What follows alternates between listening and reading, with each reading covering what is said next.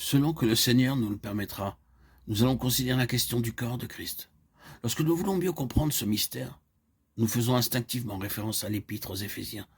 Dans cette lettre, nous remarquons tout d'abord que l'Église est appelée le corps de Christ.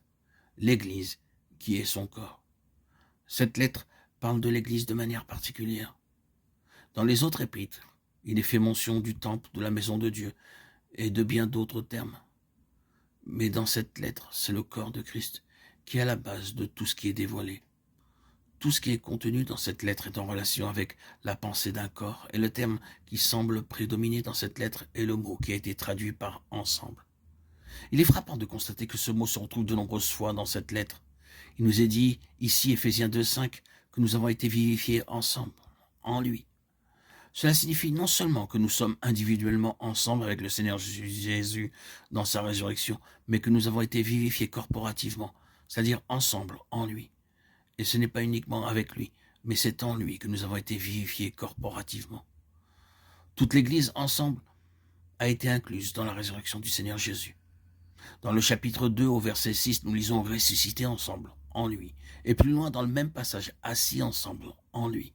Dans le chapitre 1 au verset 10, il est question de réunir en un. Et encore au chapitre 2, versets 21 et 22, tout l'édifice est bien ajusté ensemble et nous sommes édifiés ensemble. Ainsi, ce mot « ensemble » introduit de façon très significative la nature corporative de l'Église, le corps de Christ. Cette lettre souligne que l'Église est un corps et dans toute la mesure du possible, nous voulons saisir la force qui s'en exprime. Ne pensons pas que cela se réalisera seulement au moment où l'œuvre de la grâce sera achevée, ni qu'il en est seulement ainsi dans la pensée de Dieu, dans sa volonté et son intention, ni que cela devait en être ainsi lorsque le Seigneur a suscité l'Église, mais qu'il en est ainsi. Malgré tout ce que l'on constate ici-bas, le nombre toujours croissant de divisions et de séparations, les schismes malheureux qui ont entaché la communion du peuple de Dieu sur la terre, malgré tout ce qui a pu exister, qui existe ou qui existera dans ce domaine, l'Église est toujours une entité corporative. Cette réalité ne peut pas être affectée par ceux qui vivent sur la terre. C'est l'essence de la véritable nature de l'Église, le corps de Christ. Et il vaudrait mieux pour nous que cela soit bien enraciné et fondé dans notre conscience spirituelle le plus tôt possible.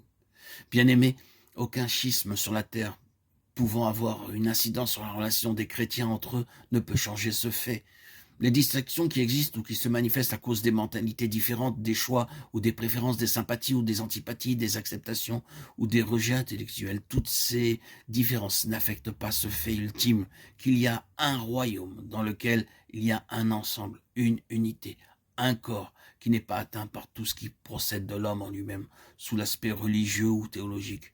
Il y a un domaine, bien sûr, où peut se produire une rupture de communion. C'est celui de l'esprit, quand celui-ci est atteint et affecté. Là, sans aucun doute, il vous est possible de porter un coup au corps de Christ.